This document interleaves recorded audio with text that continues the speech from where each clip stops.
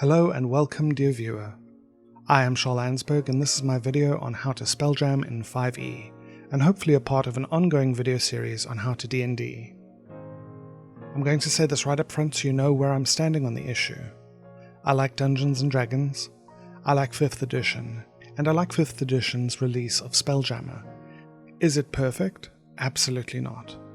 Did Wizards drop the ball on a lot of this stuff? Yes. The racist minstrel monkeys are a thing. Can you still spelljam with the materials provided? Absolutely. Now, I've seen a lot of folks in the Dungeons & Dragons sphere going so far as to say, "Don't buy Spelljammer, it's terrible, there's nothing redeemable in it," which is a very, very, very odd thing I hear coming from folks who literally run entire YouTube channels dedicated on teaching folks how to D&D. Because, I mean, let's face it, Wizards of the Coast has historically been bad at doing this stuff, and D&D wouldn't have survived as a game if 1. Homebrewing wasn't a thing, and 2. D&D Dungeon Masters didn't enjoy a bit of fixing what's broken and adding what's missing, or making stuff up as we go along. And of all the people who complained about how broken it is, nobody actually said how you can fix it.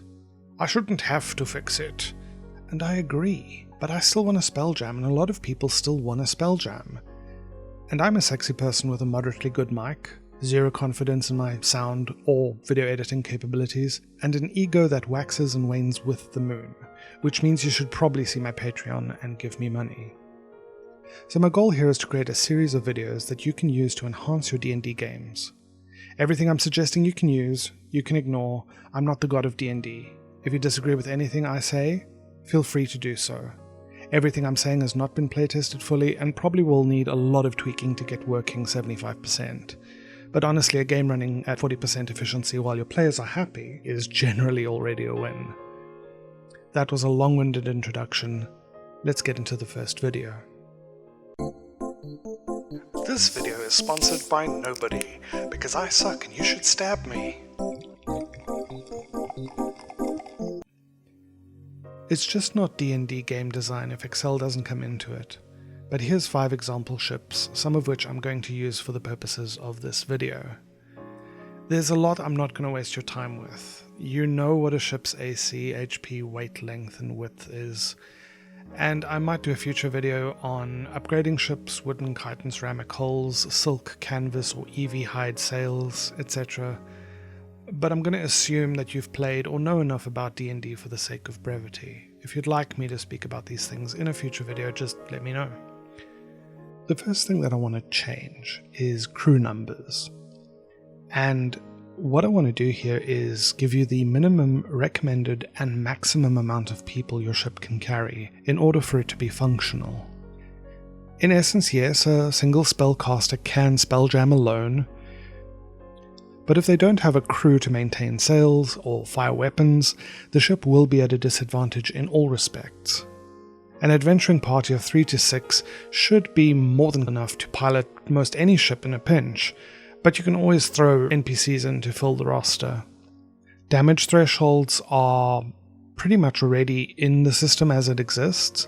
I would simplify it to say using 10, 20 or 30 threshold points, multiples of 10. Using flat numbers will just make your math workload easier. One of the big changes that I do want to make here is the return to older editions' use of the major and minor helm. And I'm using them practically exactly as they appear in earlier editions of D&D. How they work is that a minor helm adds a third of your character's spellcaster level rounded down to your ship's movement points, and a major helm adds half of your character's spellcaster level rounded down to your ship's movement points. As for the spell Create Helm, I'd suggest an 8th level spell Create Major Helm. With a series of crystal whatevers costing 25,000 gold points, a major helm should be a big, serious, valuable thing, and the spell that creates it should also be.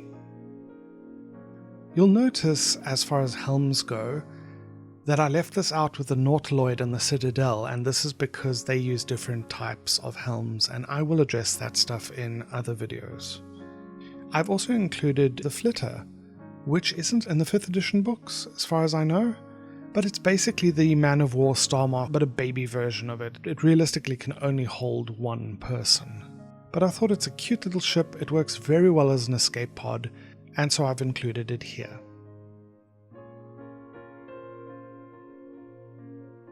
Now, movement points are the amount of hexes a ship can move.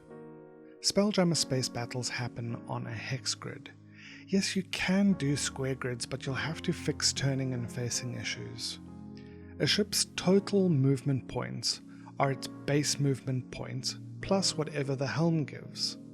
Upgrades like sail and hull improvements can be purchased to improve movement points, but let's start with the basics here. Let's take an example hammerhead and flitter. A hammerhead with movement points of +3 has a level 5 wizard with a major helm with movement points +2 for an overall of movement points which equal 5. So our example hammerhead can move 5 hexes, while our example flitter, which has movement points +6, has a level 6 wizard with a minor helm, movement points +2, for an overall of movement points equals 8. So our flitter can move 8 hexes. Now, while movement points are a way for your ship to move forward, they also allow your ship to turn. As I've said before, Spelljammer space battles happen on a hex grid, so your ship can face in 6 directions, 60-degree turns. So a ship facing a hex ahead of it, after turning, will be directly facing a different hex ahead of it. The first rule of turning in this case is that unless stated otherwise by a ship's stats, for example, massive capital ships and city-sized ships, every ship gets a free hex turn at the end of its movement. If a ship wishes to make an additional hex turn, it needs to sacrifice 2 movement points per hex turn. So let's say our example flitter with a level 6 wizard, minor helm, overall movement points of 8, wants to turn 180 degrees, or 3 hex turns. It needs to burn 4 of its MP before or during its movement, and then make its final free turn. I mean, technically it could make 5 hex turns, 300 degrees, without moving for some Zoolander reason. Using its 8 MP to make 4 turns and then its last free turn, I guess that's also an option. But the direction in which your ship is facing is important. With weapons such as cannons which can only fire in a straight line, or if your weapon is put somewhere in the ship in which firing through the ship itself would do more damage to you than to your enemy. If a cannon is mounted on the left port side of the ship, it cannot fire anything on the right starboard side of the ship, or anything ahead, forward of the ship, or behind, astern of the ship. Please remember that the left port side of the ship is always the same regardless of which way the ship turns, and vice versa for right starboard. A good way to remember which is port and which is starboard is port is left, because both are 4 letters, and starboard is right since I can't spell. Welcome to Weird Mnemonics by Charles. You can entirely opt to ignore these rules. I would highly encourage you not to make them more complicated, or your players will hurt you, and probably me as well. So now that we've dealt with ship basics, let's actually discuss how to do damage. I suggest you break your combat into 3 phases: initiative, movement, and combat. Right, so let's roll for initiative. Each ship will roll, usually the pilot. I would argue that the pilot should use their spellcasting modifier to determine their initiative roll instead of their dexterity, but you do you. And there are 2 options here. 1. You can roll the initiative in the usual orders, ships moving descending down the initiative order from highest to lowest, or 2. You can do reverse initiative, where the worst ship goes first, followed by the next best ship, ascending to the best ship going last. The reason you would do this is that the better ships could arrange themselves on the battlefield after everyone else is gone, and thereby gain better position, facing, or just get the opportunity to run away. Movement isn't that complicated really. Every ship can move in a straight line, a number of hexes equal to its movement points. Any turns cost 2 movement points, and you get your free 1 hex turn at the end of your movement. A pilot can sacrifice a spell slot to push the ship further with a minor helm or major helm. A minor helm will add movement points equivalent to a third of the spell level rounded down, always with a minimum of 1. A major helm will add movement points equivalent to half of the spell level rounded down, always with a minimum of 1. So burning a 4th level spell with a minor helm will result in 1 additional movement, whereas burning a 4th level spell with a major helm will result in 2 additional movement. No, cantrips don't help you here at all. So once the movement phase is ended, the combat phase can begin. Every ship gets to attack as long as the weapons are in working order and facing in the right direction, even if the ship would be wrecked after damage is dealt at the end of the round. If a ship is reduced to 0 HP, the ship is considered wrecked. This is where the crew has to decide whether the ship is salvageable or not. If your ship is going to blow up, whether your ship is falling to pieces, this might be when you decide to get into your escape pods, barrels, or custard bowls. I would rule that a ship a quarter of its total HP below 0 is breaking apart, and a ship that's half its total HP below 0 is broken apart with no air bubble or gravity field. In battle on the hex grid, ships can occupy the same hex on the grid, and it is sufficient for boarding, aligning gravity planes, sharing air, etc. The 5-foot space, as the 5e Astral Guide suggests, seems silly. You're in magical space, just jump. Again, consult with your DM about how dangerous magical space in their setting actually is. Once movement and combat have finished, you could re-roll initiative, like some game systems, but honestly, it's just easier to keep initiative for the whole battle. Re-rolling initiative for every round will make the strategy element of each battle more tough, but it will significantly slow down your game, so there is a decision you can make. This is also where you as the DM need to take into account how far you zoom in to your battle. In-person combat in D&D usually lasts 6 seconds per person. Space and boat combat, however, lasts 60 seconds, 1 minute per round. So everything that happens between the movement and combat phases lasts 60 seconds. For the sake of balance, any spellcasters can only cast 1 spell per minute, per turn, when on the scale of ships. Should ship-to-ship combat happen, you might want to jump to a more intimate scale, where the focus zooms back into the 6-second turn for each player. If the scale of the battle happens in a way that isn't too much of a drag, you can still have ships around the players, and they would take their turns every 10 rounds, or 5 rounds if you want to make the battle feel more pressured, as they would on their turn on the initiative order. How you juggle jumping between person-to-person combat, the 6-second round, and the ship-to-ship combat, the 60-second round, is going to be difficult either way. Just do what you think feels right. If you ignore ship-to-ship while person-to-person is happening, you can rule on a d6. A roll of 6 means another ship manages to fire a mangonel at the ship that the players are on, or another ship rams into the ship the players are on. And more space clown vampirates jump aboard and offer the players custard. The point is that if combat feels like a drag, trim it. And if combat feels too straightforward, complicate it. Read your players, trust your feelings.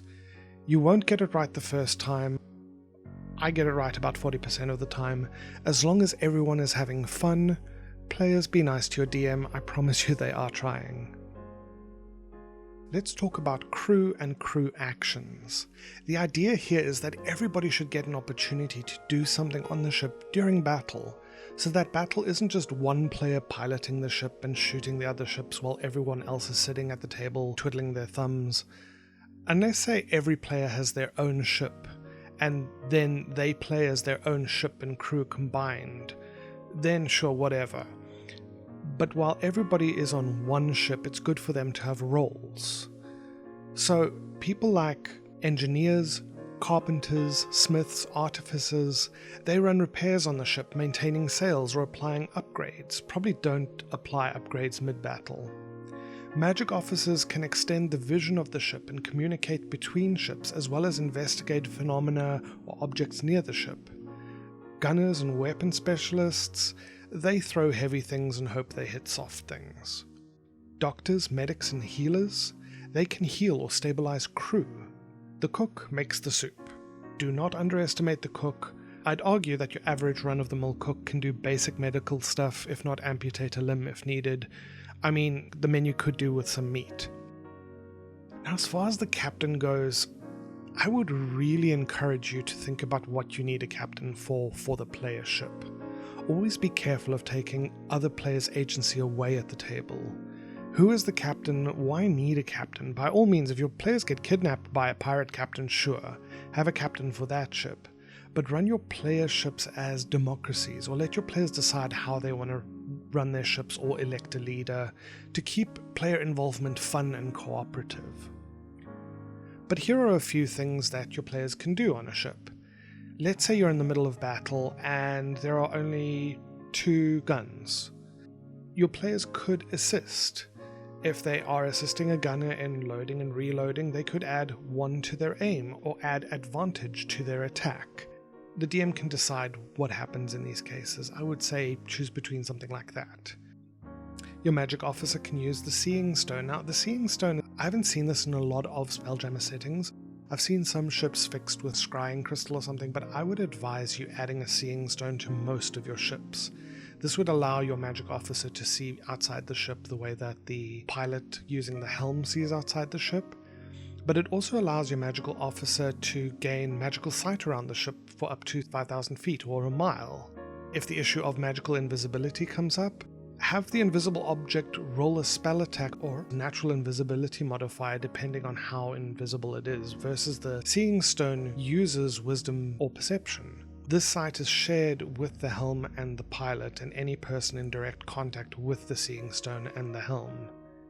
If the Seeing Stone and the helm are in the same room/bridge, this information can just be said to be shared with everyone on the bridge.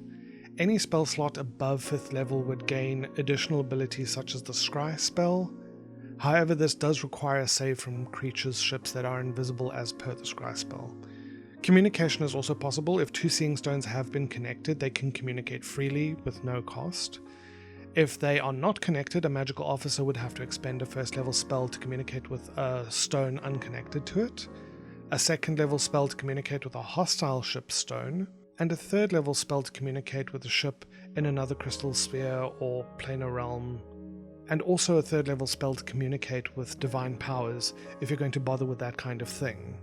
For clerics and paladins, I would rule that this would function more as a ritual that allows them to regain all of their spell slots. Another action that players can take is the Heal and Medical Assist. You can help any person during battle, stabilize them if the health falls to 0 or lower. This is related to the artificer or the engineer, for instance, running repairs. They could use the ship's tools to try and make repairs to the ship itself or to anything such as weapons that have been damaged in battle.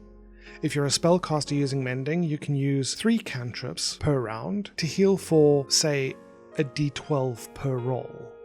I think that's a little bit more fair than the Astral Guide made it. So what have we discussed in this video? 1. How ships move and turn in space while in battle. 2. A ship's speed is determined by the caster acting as pilot, the helm they are using, and the ship's own movement points. 3. Combat rounds are broken into 3 major phases: initiative, movement, and combat. 4. Everybody on the ship should have something to do. 5. Every system is going to need some finessing to work at your own tables. I hope this helps. Will this work at your own table? Would you like to see me give more ship examples? I have 1005 ideas about the astral plane, the phlogiston, and how to smush 3.5 and 5e lore in such a way that it's a bit more compelling than 5e raw.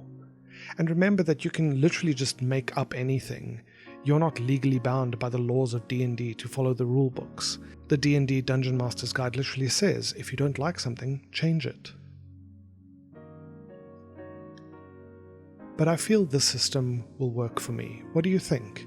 Again, my Patreon is linked below. Buy me a coffee. Go well, take care of each other, and remember, if everyone at the table is having fun, you're doing D&D the right way. Thank you for listening to my rant. Please note that all art, music, sound effects, etc., unless stated otherwise, were created by me. If you want to listen to this music, give a like and subscribe, and I might post some more on my channel. My song Beside the Kindori is up on YouTube and available nowhere else, so far, because I'm lazy.